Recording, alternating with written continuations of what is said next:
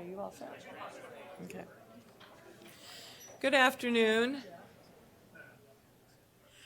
I'd like to welcome you to the Medical Center Hour today, a program called Teaching and Learning for Social Justice. We make the road while walking.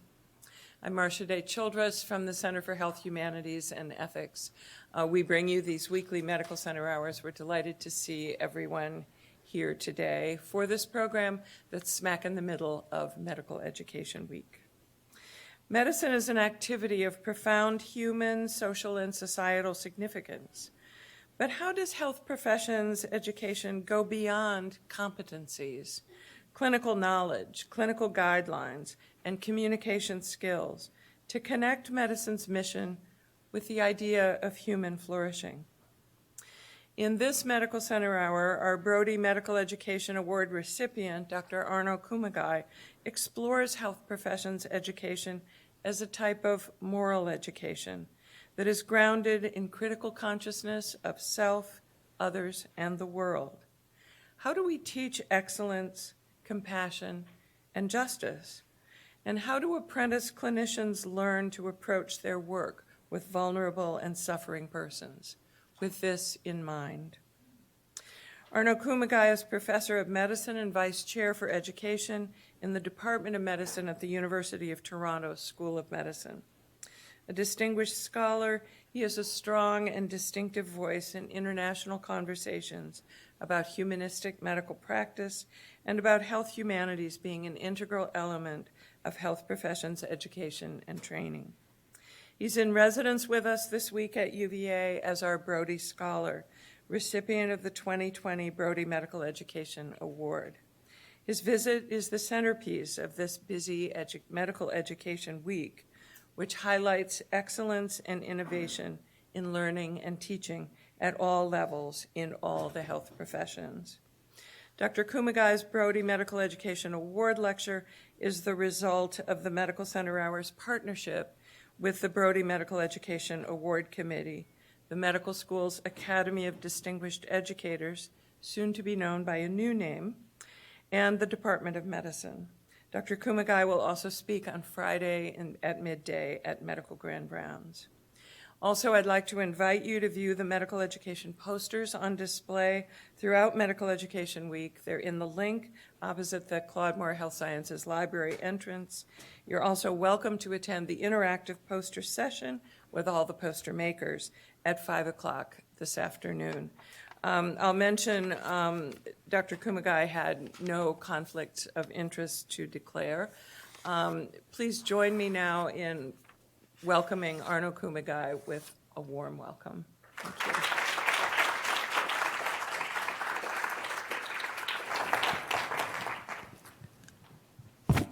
Does that work?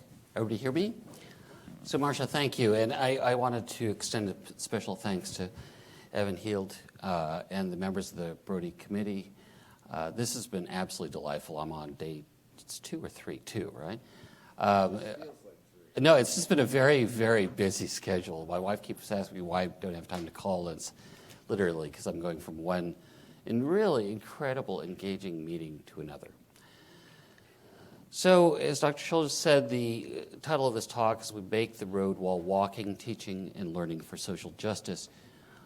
She also pointed out that I have no financial relationships. I do want to, however, make what's called a land acknowledgement.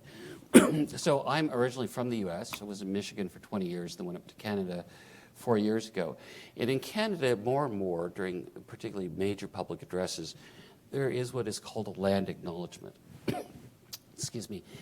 And this is acknowledgement of the use of the land upon which indigenous peoples have worked and lived for thousands and thousands of years. Evan had driven me around the countryside, and we had walked around Charlottesville extensively yesterday, fortunately not in the rain.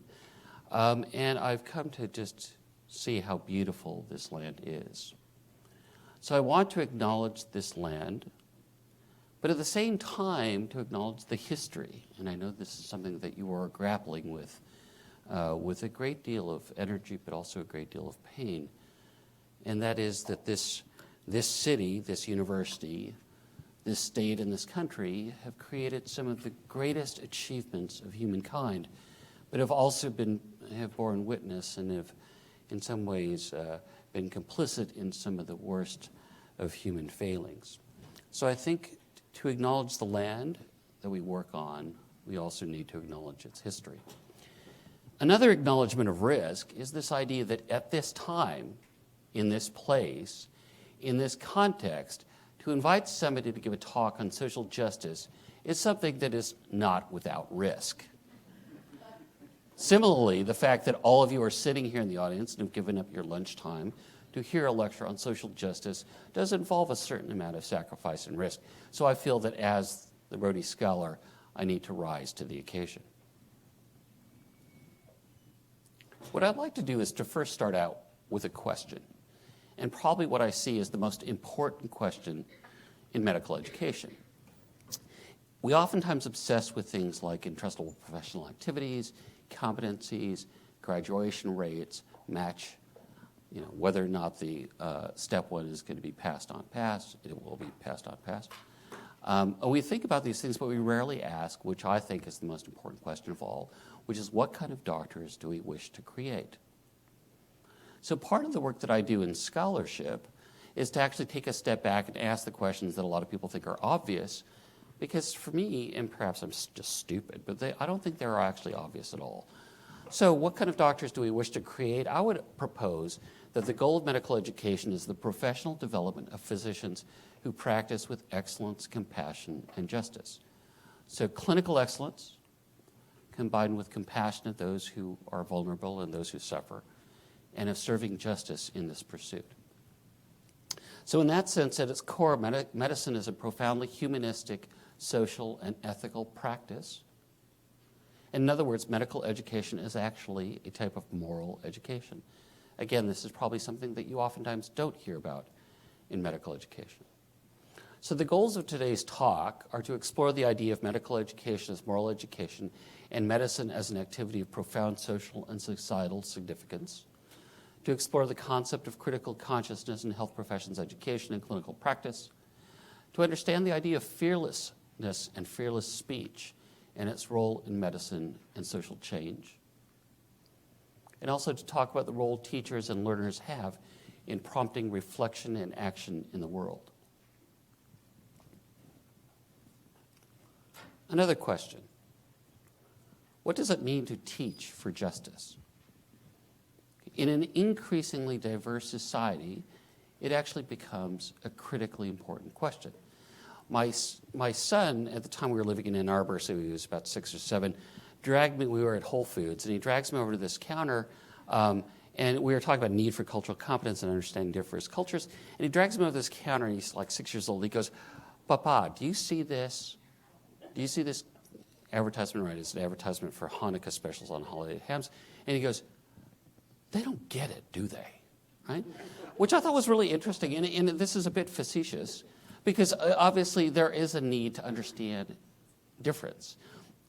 This is being facetious because we know that there are differences and disparities in healthcare that lead to shorter lives and more misery and more suffering based on issues of gender, race, sexual orientation, socioeconomic class, immigration status. We know that. So there clearly is a rationale for cultural competence. The trouble is that the way cultural competence has historically been defined has been, in my view, very problematic. Oftentimes what it is you develop a list of, you memorize a list of characteristics of people who don't look like you, or you memorize a special set of skills that you use to talk to special people who don't look or sound like you. And once you get all this checklist checked off, then you achieve the nirvana of cultural competence, right? So you are in this realm of rarefied beings where you never have to worry about being bigoted again. There are obviously problems with this, right? One of the problems is that cultural competence, this idea of working with difference without the underlying message of social justice, is, in my view, very much like National Geographic goes to medicine. Again, thinking about all the interesting, exotic habits of all these interesting, exotic people who don't look or sound like us. Deleuze Ware, a friend and colleague, calls this cultural safaris. So there have been different ways of approaching this in a slightly different manner, rather than learning about these interesting habits of interesting people, which tend to reinforce stereotypes. So some people, Tervalon and Murray Garcia, back in '96, talked about the idea of cultural humility. Deleuze Ware talks about this idea of insurgent multiculturalism. In other words, looking at healthcare and healthcare education through the lens of power and privilege. A friend and I, about 10 years ago now, I'm getting old, but wrote this paper called Beyond Cultural Competence, Critical Consciousness, Social Justice, and Multicultural Education as another way, an additional way of looking at this subject. Basically, the proposal was the goal of education for social justice is not to learn facts, but it's the development of critical consciousness of self, others, and the world. So part of this talk is actually an exploration of what this concept of critical consciousness is all about. We all know that in medical education, one of the terms that gets educators to salivate is if you talk about critical thinking. So, we're going to get the students to critically think, and everybody goes, oh, that sounds good, right? But the trouble is we don't define it. And there is a difference between the critical thinking that we oftentimes think about and critical consciousness. So critical thinking is really evaluative, right? It's analytical, it's synthetic, it's driven by objective interpretation of evidence and application to specific problems. A way to think about this is think about how we go through a differential diagnosis. Okay? Dr. Held can sit in his own office thinking lofty thoughts about some really complicated patient, but he can do so in isolation. All right? It's really kind of the pure Cartesian realm of thinking. The trouble with this is that when it comes to issues of societal need, if we think only in terms of this type of critical thinking, we become like ostriches in the sand. We miss the point. So somebody has food insecurity, is exposed to violence, and comes in with diabetes, and we're having difficulty controlling or helping that person control their diabetes, not because they are not taking their pills, but maybe they can't afford them, or maybe there's trauma that makes things difficult, or maybe they have other responsibilities. But if we think critically, we don't necessarily engage in those. So this is where critical consciousness comes in. The other issue in critical consciousness is that it actually turns the notion, the traditional notion of teaching on its head. This is the classic scenario, right? You have a faculty, you have a student, they come to the faculty and they're taught. So when I was at Michigan, we would spend literally hundreds of thousands of dollars recruiting students to Michigan away from places like UVA, Harvard, Columbia, UCSF.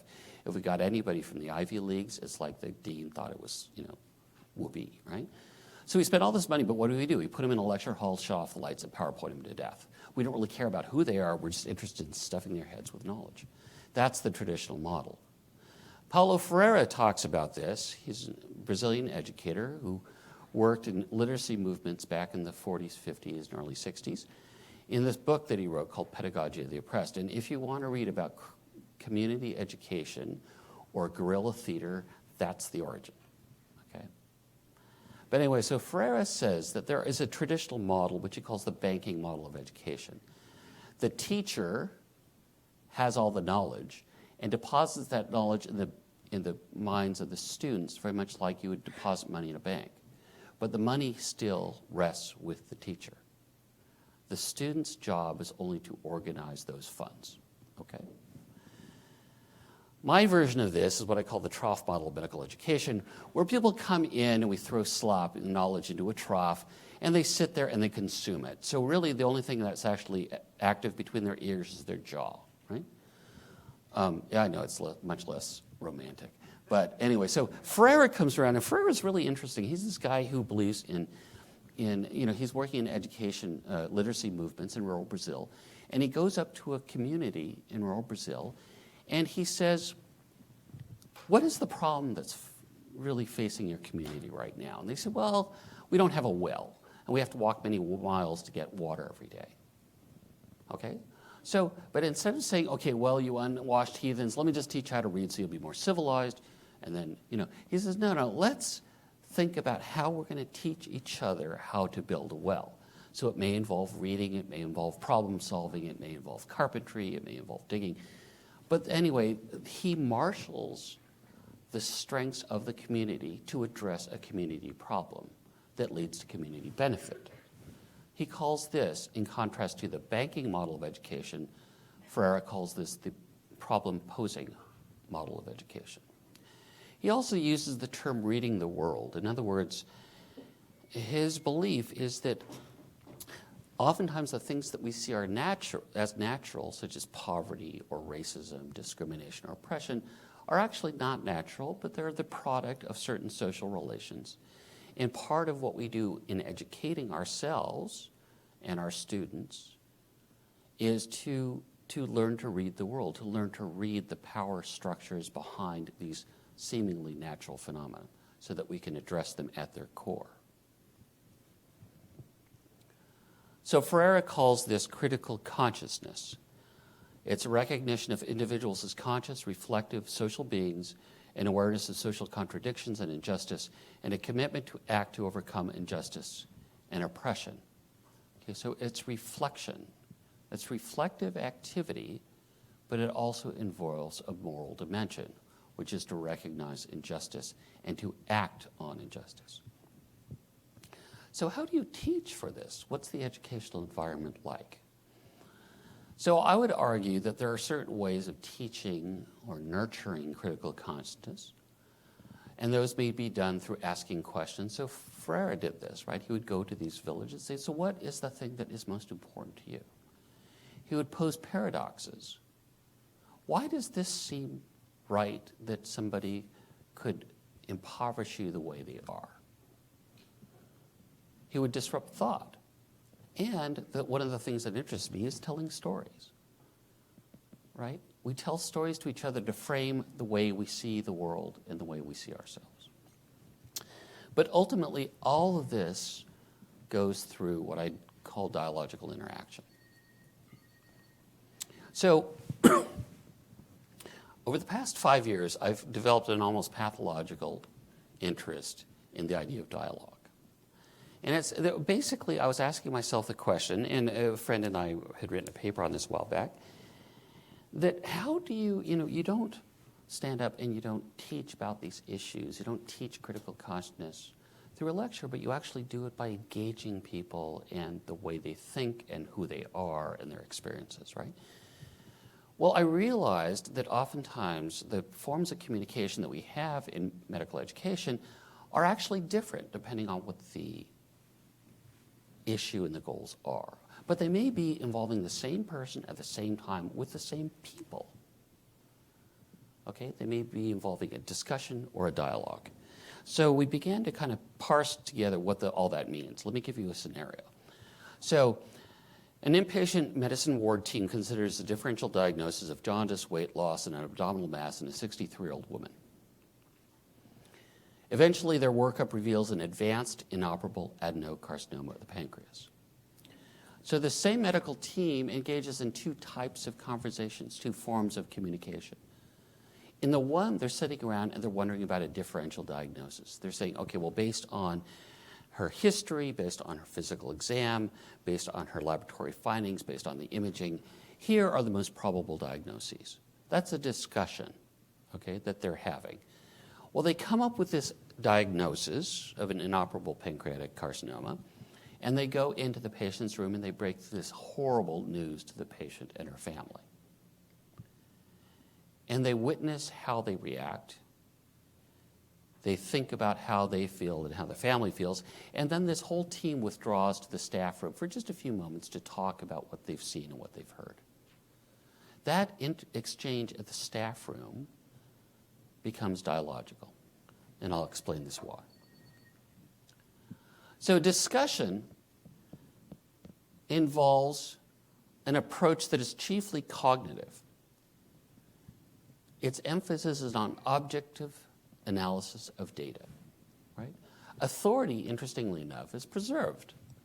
Usually the person with the longest white coat and the most gray hair and the most letters after his or her last name wins the argument, right? I mean, are you ever going to say, oh, no, that's not it, as a third-year clerk? Of course not. So authority in that sense, hierarchy is preserved. And the goal is a solution, the most probable diagnosis, the most likely diagnostic strategy, the most effective treatment plan. So at the end of all of this discussion, it funnels down to one or two answers, right? Well, think about this dialogue where the people are talking about what they have just heard and seen when they've talked to this person with advanced cancer. The approach isn't just cognitive, but it's also affective, and it may be deeply experiential. Say there's a third-year clerk who is on the medicine wards for the very first time, and she hears this exchange. She will never forget about that for the rest of her life. And I think all the clinicians in this room have seen these kind of seminal conversations. The emphasis isn't objective, but it's actually intersubjective. How do I feel? How did that hit me? How did it hit the family? How did they react to this horrible news? Interestingly, authority isn't preserved, but it's oftentimes either shared, distributed, or even reversed. Say that third-year clerk that we were talking about, who is brand new on the wards and is going with the team, say her mother passed away 3 years before from metastatic breast cancer. So the moment that she starts talking about what it is like for the family to hear this devastating news, she will be speaking with an expertise, with a wisdom and an authority that nobody else in the room, including the attending, has. And the goal, which is really interesting in dialogue, the goal of a dialogue isn't actually a solution. It's not an answer, but it's actually an enhanced understanding, even through the possibility of raising new questions and new possibilities. So I like to say that a discussion often ends with a period or sometimes an exclamation mark, but a dialogue ends with a question mark. Right? It leads to new things. So a dialogue opens up new possibilities of seeing and knowing things. It's interesting, though, because we are bringing our whole selves into a dialogical interaction, differences matter, right? To give you an example, okay, I'm an American citizen who is now living in Canada. I'm Japanese American. I identify myself as a person of color. I'm straight. I'm older. I like to think of myself as fit. My wife would strenuously disagree. Okay, I'm a father. I'm a husband. I'm a book lover. I love food, not necessarily the ones in really nice restaurants. It could be greasy spoons, but good.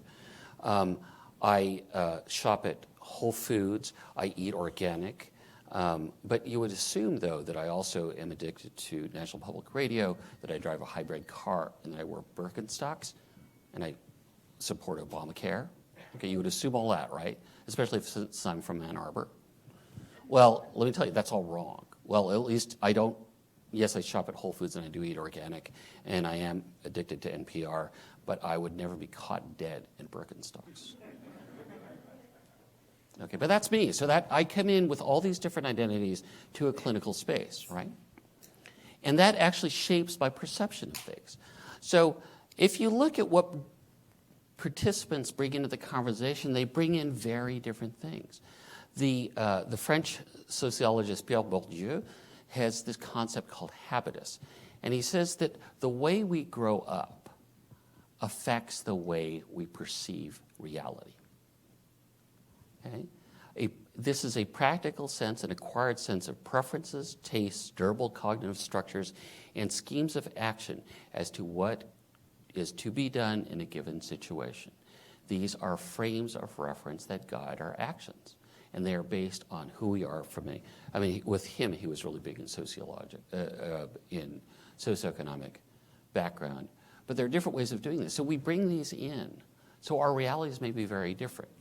And when we deal with things, we have to think about the baggage we bring in. So it is backgrounds and values, lived experience, dreams and disappointments, but also assumptions, differences in privilege and power, and notions of stigma and implicit bias inherited from society. We bring all of this in in a very unconscious way in how we see and perceive things. So that enters into the clinical situation. It also enters into how we teach for some of these issues. Now we know, and anybody who knows who teaches in this environment and teaches this domain, it is incredibly complicated and challenging. So my background, I started out in comparative literature, I went to medical school, I ended up going to basic science research, I opened a lab, I was doing molecular studies for quite a while. I loved education, so I completely shifted, right? And in doing so, I've realized that there are obstacles that come up when you deal with this, and this work is the hardest that I've ever had to do. It's the most challenging. So what are some of the challenges? What are the risks that are involved? One is this idea of the privileging of biomedical language. So if something is biomedical science in medicine, that's what is king or queen, right? And the other issues that are societal, that are social, that are cultural, that are ethical, that are humanistic, oftentimes take second place. A sense of political correctness. People are always worried about how they say things and what they say, okay, versus moral relativism, where you can say anything you want because of free speech, anything goes, right? The idea of talking about race without talking about racism, sex without sexism, homosexuality without homophobia is often done in medicine. It's a way of kind of keeping a distance from the so-called political things. This idea of further marginalization of the already marginalized, making students of color, for instance, be spokesmen of other people. When you're sitting around, people would bring up something involved. I mean, if they were bringing up coronavirus, everybody would turn to me. It's like, what do you think, Arno? Well, as the random Asian in the room, I can tell you. There's something really weird about this, but this happens a lot. It happens to women who, are one or two in a big room, a big meeting of men. It happens to people of color a lot. This is, in some ways, the burden that people share.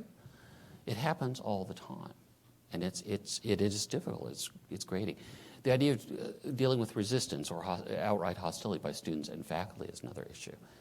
And also, who teaches the teachers? See, right, in medicine, we always assume that the teachers know everything and the students don't know. But in this case, oftentimes it's the students who actually propel learning in this area. So one way to so-called level the field, mediate and mitigate the differences in authority, is through the power of stories. If we think about it, stories actually play an incredible role in how we transmit the meaning of the experience from one person to another. Think of the stories, your favorite novels, your favorite songs, your favorite passages from any of the holy books. Stories have power to change perception. They have power to form identity. Stories also have the ability to create a liberatory space. Bell Hooks calls this the idea of the coming into voice of the marginalized or the silenced. To give an example of this is work by a friend and colleague, Heather Davis. And Heather is a remarkable woman who is a photographer with a truly poetic vision. She also has sickle cell. And she actually painstakingly, in a very literal sense, has documented some of her crises, as well as her life around the crisis. Her faith, her family, her driving around Ann Arbor, right? But also the times when she had pain. And she uses these stories to convey not only her experience about crisis, but also issues in terms of privilege, power, racism, and comfort within one's own body. So stories have power to do this. The big problem is, though, is when we're talking about medical education, we're talking about clinical practice, the outside world always intrudes. So we are not immune to what's happening on the outside. So a lot of this, when we think about it in medicine, involves confronting injustice and the idea of confronting injustice. And we rarely talk about that, right? Medical education. A friend of mine, Delise Ware, published a paper a while back with Joe Zarconi and Dylan called Teaching Fearlessness, a Manifesto. And this, for me, was actually a transformative read. And what she argues is that we have the obligation as an institution to teach our learners how to stand up against injustice and how to speak fearlessly. Okay? So when I think about speaking fearlessly, what just happened? I just lost the slide. So there is, so in this paper, she talks about this concept that actually goes back to Plato called parousia. And it's speaking fearlessly. And it is when you believe in your heart that something is right, so that it's morally right. And you take a risk in speaking. And you are speaking against power. That is speaking fearlessly. Okay? Some people call this speaking truth to justice. It's a very similar concept.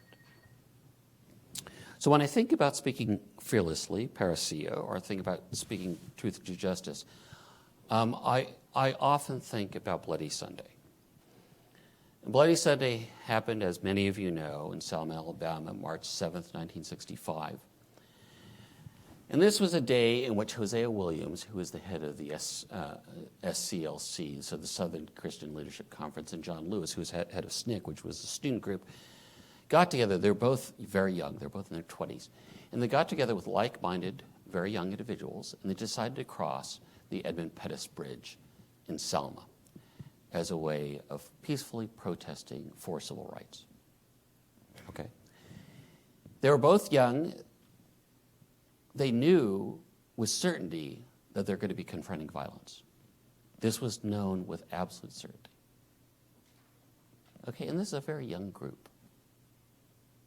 And I think about them and think about this brilliantly sunny March day. And I think about the first step they make onto that bridge. And what courage it took to take that second step. And that third step. Marching towards certain injury and violence. That's courage.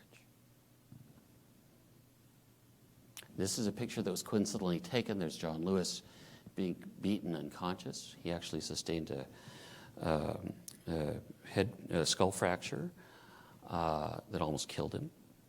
This was the second time he'd been beaten. He was actually beaten during the Freedom bus rides a couple of years before. So parousia, as to summarize, parousia is speech that comes from the heart, speech that is true, speech that is dangerous, that entails risk, and speech that is directed against the powerful and the mighty. This is fearless speech, speaking truth to power. But fearless speech is not just speech. It is something that must be connected. It must be linked with action. Now, I have to say that when I was asked to give this talk, and I started thinking about fearlessness, and I started thinking about coming here, I paused a moment. Because I think given the events of August 12th, and given the reaction of the community to those events, you as a community have displayed the type of courage that is equal to what has happened in Selma. So I feel incredibly humbled and in some ways somewhat presumptuous of telling you what courage is. Because I think in many ways in your actions and in your words as groups and as institutions, you've actually shown what that fearless speech is about. That isn't to say that it has been easy. It has come with a terrible, terrible price, as free speech and as fearless speech often does. So speaking and acting fearlessly, when I think of this, and it's really difficult, and actually we were talking about this just this morning about how you talk in the face of injustice against power and what that means if you're faculty and you're trying to do this, right? And I think about this all the time because this is the kind of work I've been doing for quite some time. And there's a side of me that gets very discouraged. And I've been discouraged a lot over the past several years. And when I get really discouraged, I think of this quotation. I actually literally will pull it out and read it to myself by Audre Lorde, the Cancer Journals. And Lorde says, when I dare to be powerful, when I use my strength in the service of my vision, then it becomes less and less important whether I am afraid. In other words, when I think, as they say in the civil rights movement, when you have your eye on the prize, and that is what is fixed in front of you, and you work towards justice, that then ultimately, whether or not you're afraid, becomes somewhat immaterial, especially if you have people who have your back. So the role of the faculty in this process, in this education, that is how you open up conversations, how you develop critical thinking, how you develop critical consciousness, right? What is the role of the faculty? I would argue that it is to create an authentic sense of community rich with interacting perspectives. See, dialogue invites democracy. It invites different voices to the table with a respect into the process itself. But to do so with a sense of humility and awe and wonder at our patients, at how they do, the absolute courage they have to keep doing what they do in the face of great challenges, and what our work is like as physicians and as healthcare providers. And to teach with fearlessness in confronting social justice and societal inequities. That's also what we're supposed to do. So it sounds funny that I would be asking the faculty of medicine to do this. But if you think about it, medicine is human, right? We're not just repairing cars. We're taking care of people at terribly vulnerable moments. So it becomes moral. So then the question is, so you're probably wondering why I named this talk, We Make the Road While Walking. So there's a wonderful book by Miles Horton and Paulo Freire. Miles Horton was the founder of the Highlander School in Tennessee, which was a school that trained people for community activity, community education. A lot of the leaders of the civil rights movement actually were trained at the Highlander for community organization. Paulo Freire, I mentioned, is a Brazilian, working in Brazil. And then two of them were working at the same time in two different continents. And they never met each other. And they finally met each other, walked around, spent 5 days together talking about justice and education and social change. And somebody ran around with a microphone and recorded it and wrote it in a book. And it's actually very accessible and it's wonderful. And they talk about it because this is part of what we do. See, our job as faculty isn't to teach social justice to our students, because oftentimes people come in, given their backgrounds, given their passions, their idealism, with a lot more sense of justice than we have. And we tend to beat it out of them very effectively. So how do we preserve that? How do we, as communities, as learners, and as educators, learn to make the road while walking? So teachers become learners again. And if teachers bring these skills to the dialogue that we were just talking about, the big question is, what do learners bring? And I would argue that what they bring is this passion that we as teachers often forget. This passion to do justice. This is an interesting slide, and it's actually, in some ways, a melancholy memory. This is the 50th year anniversary of the March Across Selma Bridge. John Lewis, who is now a senior congressman and a moral spokesman, is in between two friends, Michelle and Barack Obama, as they walk across the bridge with survivors. I'd like to acknowledge Evan Hild and the members of the annual Brodie Committee for this absolutely wonderful and honored invitation. Peggy Punzogan, whose work I've known for many years but have never met, so I'm absolutely delightful to have been able to do that. Delise Ware, Thurisha Naidu are longtime colleagues and friends. And then we have this members of the Department of Medicine at the University of Toronto group on dialogical teaching and person-centered care, the FM Hill Foundation that funds my chair for research in the University of Toronto, and above all of you for your graciousness and patience and attention. Thank you very much.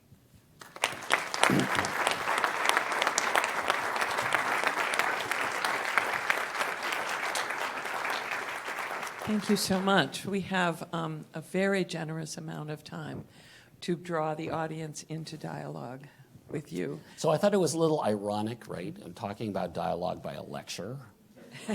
So I deliberately cut it short, so if you folks want to talk. And often, as we find, the more time that we have, we can move from discussion to dialogue. We have multiple perspectives represented here, learners of all levels, faculty and students, community people as well, and people who have been here for this now quite old senior Brodie Medical Education Award. So we've got a tradition here of having these conversations about education as it continues to change. So I would ask that you wait for a microphone to come to you to offer your question or comment, and let's see what kind of a conversation we can get started. And please identify yourself when you ask your question or make your comment. Thank you so much. Evan Hield. I'm the director of the Brodie Committee and internist. Thank you so much, Arno. It's very thought-provoking. It seems like dialogical education would take a lot of time. That's a great question. Does dialogical education take a lot of time? Actually, so one of the challenges, I think, is how do you do this kind of dialogue on the fly? In the clinics, in the emergency rooms, in the OR, on the wards, right? And I think what it is, and this is something that I've actually also become obsessed with, is to really look at the notion of time and how you develop a sensitivity for knowing what that right moment is. So we are all confronted with these moments that something seems amiss, something seems wrong. There's something ethically that might be a little bit uncomfortable. Okay, it's what Jack Maslow would call a disorienting dilemma. And we all have these moments, especially clinicians who are in busy clinical practices. But what if you were to take that moment and give yourself literally 10 seconds to formulate a question that you want to ask the people around you? Not for them to necessarily answer immediately, but to go home and think about. So this is another way of looking at kind of a flipped classroom, is having them go off and do the work on their own, and then come back. So then if you're a third-year clerk, you can see a situation and say, well, wow, this is, gee, this patient, Mr. Smith, just lost his foot to complications of diabetes. He wasn't taking his medications, and we don't know why. Why wasn't he? People could say he's non-compliant, but that means nothing, right? So what was it? How does he live? Did he have access to health care? Does he have insurance? Is he able to afford his medications? What other pressures does he have that take his attention away from his thinking about or working on his diabetes? And what problems does he have in terms of access? So go home, go off and go talk to Mr. Smith about who he is when he's not laying in this hospital bed.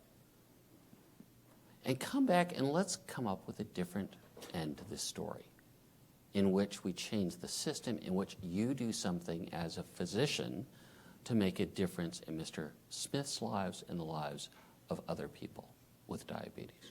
Okay, so that's a way of doing it. So then there, you ask this question and then you send them off. Yeah, go read on Heart Feeler, of course. But also go think about Mr. Smith and his foot that's now missing, right?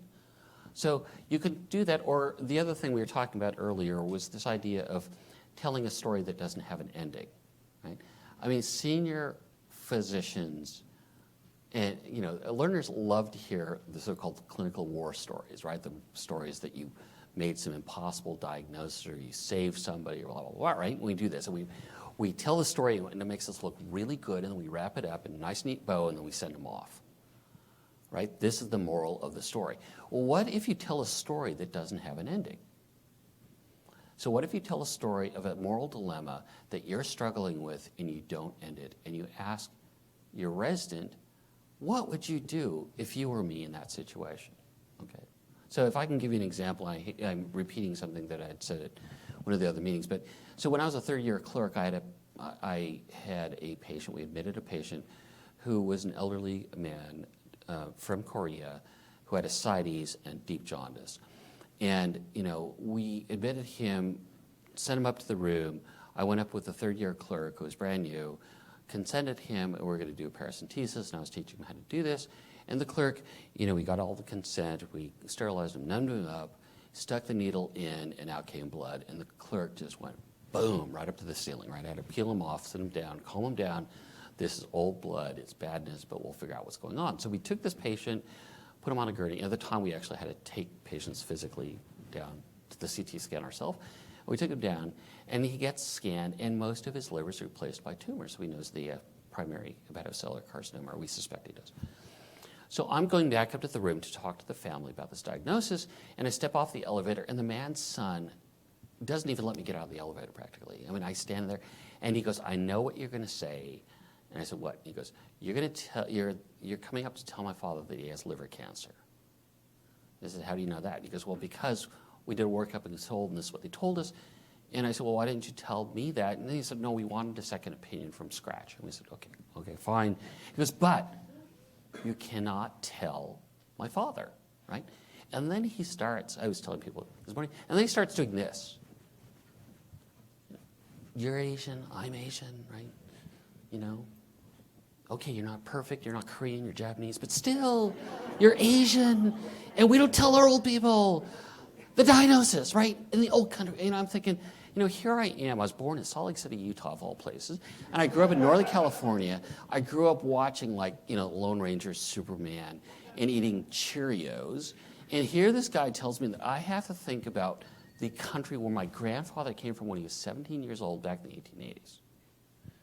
And I'm growing up in an American medical system, and I'm standing there in the hallway, and he's telling me I cannot tell his father something I know, right?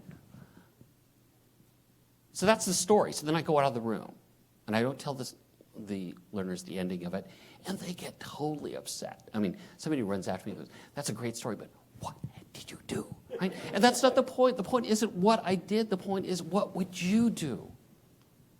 What would you do in that situation? So what does it do? Taking a step back from an educational standpoint, it actually prompts the learner to bring in his or her own values, experience, world perspective to try to solve what they would do. And then you bring them back, and what would you do in that situation, right? So it's a way of kind of stimulating that type of conversation. But some of this, that story takes 3 or 4 minutes to tell, then you send them off. And then the next day you bring them back, and between rooms, between rounds, you say, so what did you do? And you talk about it, and then you pause it. You say, okay, well, we're going to pause this. We're going to talk about it in a minute. But that's how you can shoehorn some of this stuff in. See, so it's not... So I became really interested, and I wrote this paper recently with Theresia on this idea of time. So in Greek time, there's chronos and kairos. Chronos is like chronological length time. And kairos is a qualitative time. It's the time that you realize is a critical moment where you intervene. So Hippocrates would talk about the kairos moment when you give the medicine at the right time, otherwise the patient dies. Okay, so it's critical time. It's the right time. It's the proportion. So how do we as teachers, and I mean all levels of teachers, so the third-year clerks, fourth-year students, residents, fellows, faculty, how do we understand that specific moment, that critical incident, and step in and ask the right question, right? So that's part. I'm sorry, I really went on. Sorry. Next question. Yes. Thank you. I'm Monroe Baldwin from Lynchburg, Nice to and I meet you. want to thank you for this wonderful talk. Thank I think everybody in this room knows it isn't right, that there's injustice, but we just didn't know how to go about it. This kind of learning experience today is marvelous, and I just want to add one other perspective to show you how profound all this is, and that is the economics that we are under, where we're in a free market, where the doctors and hospitals have to go to paying patients in order to make it, to bring home the bacon and so forth. So even our economic system is not really geared to approaching each and every person as an individual with the relationship that you're stressing here, and the dialogue and all that must take place in order for us to really take care of our patients. So thank you very much. So thank you. That's an incredibly important comment about how, even though you may feel this way and try to teach this way, that the system has things in place that work very much against it, right? In terms of how the limitations we have as far as payment and the limitations we have in terms of time. So these are huge issues. But see, part of this is actually, that's also part of the dialogue. That's also part of the questioning.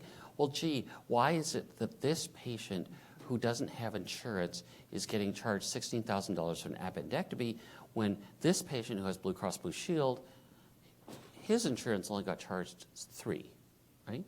So there's something really weird about that, and what is that?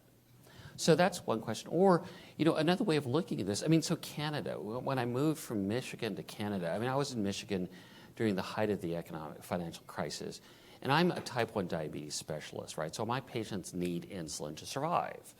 Well, many of them lost their homes and lost their jobs. I was seeing this every week. And when they lose their jobs, boom, they lose everything. They lose all their insurance. So, a vial of Humalog in Canada is, it's about $28 US, and a vial of Humalog here is about $300, right? So there's a tenfold difference. So my patients would go from paying, $100 copay a month for their insulin to well over $1,200 on money that they weren't earning in a home that they no longer had, right? So this is where we scrambled, and this was a big question. So then when I moved to Canada, I'm thinking, great, it's like universal health care, everybody's fine. They don't have a drug plan. So even though the insulin is $35, if you can't afford $35 times 4 each month, then you run into problems. So I think there are these issues. Interestingly, in Canada, at least in Ontario, where the province where Toronto is, it's actually a fee-for-service model. It's strictly fee-for-service. So you literally eat what you kill. So and I was telling, I think Peggy and a bunch of people this, so if I see 10 patients with diabetes, I would say if I see 20 patients with type 1 diabetes, I will make twice as much as if I see 10 patients and actually talk to them. So I'm incentivized not to talk. I'm incentivized not to spend time thinking about these other issues, right? So that's also part of a systemic problem. But if we remain with our heads in the sand, we don't address these issues. Mo has dealt with this from a systemic level in terms of community clinics. These are huge issues. And for physicians, we've oftentimes had the temerity to say we're going to isolate ourselves in our clinical environment and hope the politicians could solve the rest. And they can't solve the rest. Thank you, Arno. Thank you, A Faye. great talk, and it's so nice to have you here. I have like 100 questions, but one that came that I would love to hear some reaction to is, how do we instill in students this capacity to both notice and then raise what you would call a disorienting dilemma? So sometimes I think it's only us who feel that we need to be, but the students are noticing this until we beat it out of them. They're noticing this, but they don't, I think, feel the capacity to be able to raise that. So do you have any thoughts about how to set the that's a great set the question. platform for that to happen on rounds, for example? So, first of all, it's to create a space in which students can feel comfortable raising questions that might seem obvious. One of my colleagues does something that I think is really interesting. So a friend and I, Dilly's Ware and I, published a paper a couple of years ago called Making Strange. And it's this idea that in modern art, oftentimes modern art is used to twist perception just a little bit so you look at something commonplace in a new way. Okay, like a Campbell's soup can or something like that, right? And we do this in medical education by taking something that we normally would think is natural, and we twist it or we ask about it in such a way that it seems like, wait, that is actually very natural. There's something weird about this, right? So one of my colleagues actually challenges her third-year clerks on the first day of rounds. She says, okay, the first week, what I'd like you to do is to make a little list and to keep a list with you about the things that you see that strike you as being really weird, right? So the way I talk to people or the way we do things, the way we go on rounds, whatever. I mean, because you're kind of coming in for the first time, and I don't see these things because they're part of my life.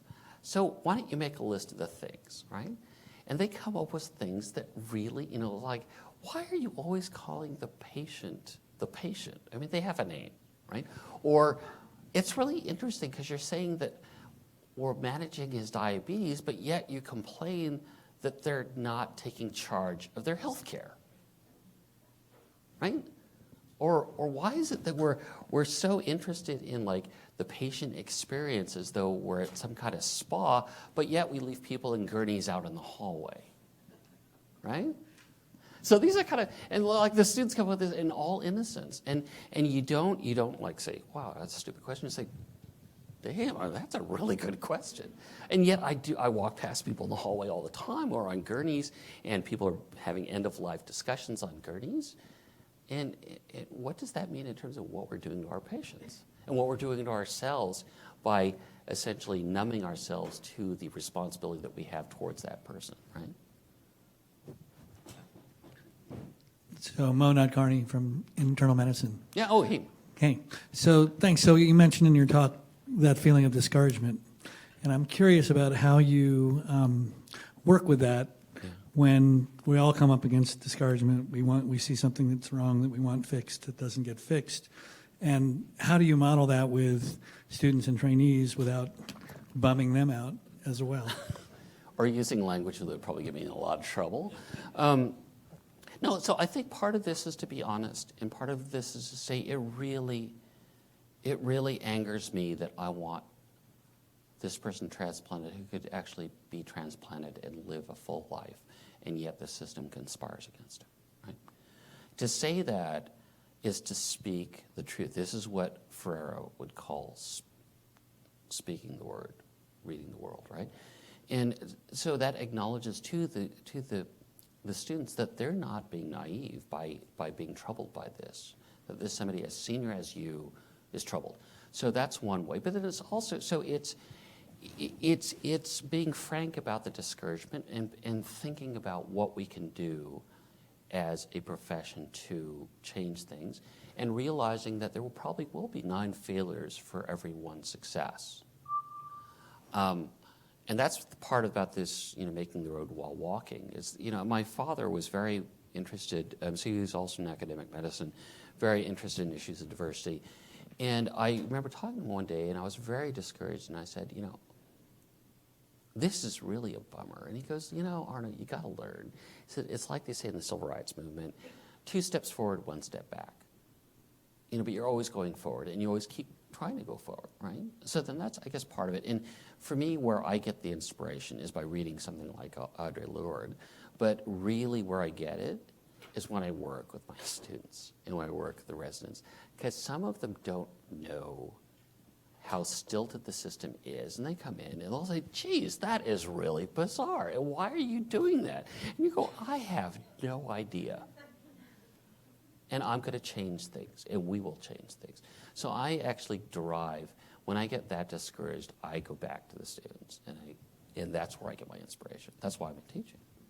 And the other interesting thing is, so we always think about this idea, well, how do you have this, you may have a group of people who are really resistant to even thinking about these issues, and how do you get them to change? And somebody asked me that at a conference, and I said, the thing about being an educator is it's having this perhaps naive notion that people, including yourself, can change, right? That we can always figure out some way of making a difference.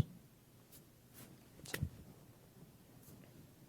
We've come to the end of our hour, but I'd like to say to Arno also that if we make the road by walking, one of the ways we actually do that is that we are walking with such good fellow travelers. And among those are our faculty, our friends, our students. And it's one of the things that sustains us and keeps us walking forward. So thank you. Thank you. Thank you. So please join us next week. Our Medical Center Hour is the Kopaka Family Foundation Lecture in Medical Humanities. It's a program called Exploring Elderhood, Redefining Aging, Transforming Medicine, Reimagining Life. And our guest speaker is physician-writer Louise Aronson from the Department of Medicine at the University of California, San Francisco. We look forward to seeing you then. And again, please take part in all the activities during Medical Education Week right now going on around us. And again, thank you to Arno Kumagai. Oh, my pleasure. Thank you. Thanks, guys. Thank you. You were reminding me, too, that, the origin